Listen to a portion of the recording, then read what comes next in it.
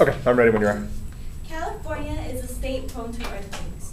Just last week, more than 370 earthquakes were reported on the U.S. Geological Survey website. The item I have with me right now is a whistle that is also composed with a compass, and it also has a small compartment inside so you can store stuff in. Learning why a whistle is useful during emergencies will help enable you to understand why this connects to the culture of survivals. This whistle represents the planning and dedication a survivalist has when preparing for any type of emergency, whether it be a car accident, a hike in the woods, an earthquake, or other type of natural disaster. This whistle can be used for any type of situation. So imagine you're lost in the woods. How would you be found? How can the rescuers come to you? Well, if you blow 3 long blasts during 1-minute intervals, they will be able to come and search for you, listening for where the sound of the whistle is coming from. While 1 blast means, where are you? And 2 blasts means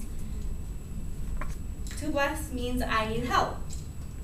And also, since it has a small compartment, you could keep like first aid, a little very tiny first aid kit in here, like maybe just simple sterilizing pads and bandages.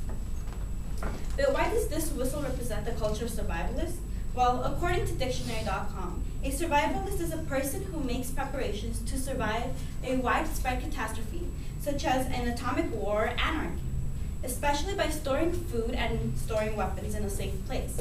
But I would mainly like to focus on the part that mentions storing food and weapons.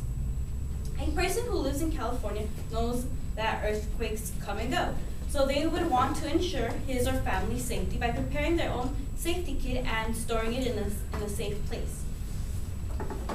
So last year, since there were earthquakes all around the world, such as in Haiti and in other places, I realized, why don't we have our own kit? So with my family, we talked and we decided on the idea upon that I would make the survival kit. So basically, I included bandages, hammers, axes, knives, food, first aid kit, all of that stuff. And besides that, I also took basic survival classes, in which I learned how to make rope out of a plant called yucca, how to start a fire with just embers and maybe like a twig and a plant called, I forgot what it's called, but yeah. And I also learned how to collect water, how to find edible plants, what plants have medicinal use, others you can turn, such as a lilac flower, into soap, and stuff like that. So there are constant reminders of preparing for a disaster, but people don't really follow them, they don't really listen to them. So as a survivalist, they always think of everything ahead of time. They have a protect, prepare, and recover plan, such as in elementary schools when they would take you out of class and you're like, oh, you have to line up in this line if the fire drill comes on or if there's an earthquake announcement or anything like that. So survivalist has everything in mind, as if they have an emergency kit in their bag, in their car, anywhere useful. Such as me, whenever I went camping this year, I took a whistle because I love the outdoors, I love hiking. I always go hiking to Altadena or Griffith Park and places like that. And this year when we went camping, I encountered myself with the bear. Unfortunately, I did not have a whistle with me. So the bear chased my friends and I for like half a mile until the park rangers found us. And he's like, oh, you need to make noise to distract the bear. And I'm like, oh, I forgot the whistle in the tent. So that's where a useful thing like a whistle comes in handy.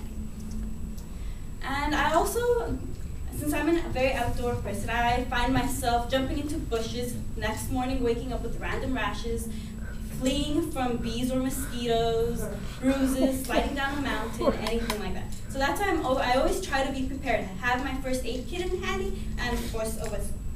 So in conclusion, being prepared for any type of emergency can improve your outcomes of survival.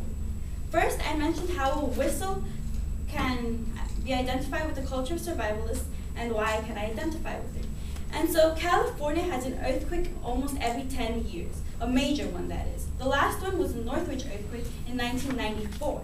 And so geologists are now saying that you can expect the big one very, very soon. So let your survival instincts come in and prepare.